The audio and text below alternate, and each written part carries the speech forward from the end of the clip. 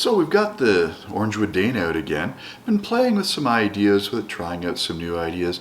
This time what I've done is I've put a set of electric guitar strings on this acoustic guitar. Originally I thought about putting nylon strings on, but I had the extra electric guitar strings, so I put a set of D'Addario 9s onto the guitar.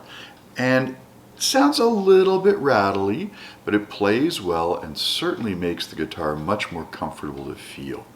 So definitely a wonderful tonight type moment, and it's been a really nice experience trying this out. I think I'm going to stay with the electric guitar strings for a little while and just see what I can do with it. Definitely sounds pretty good, I think.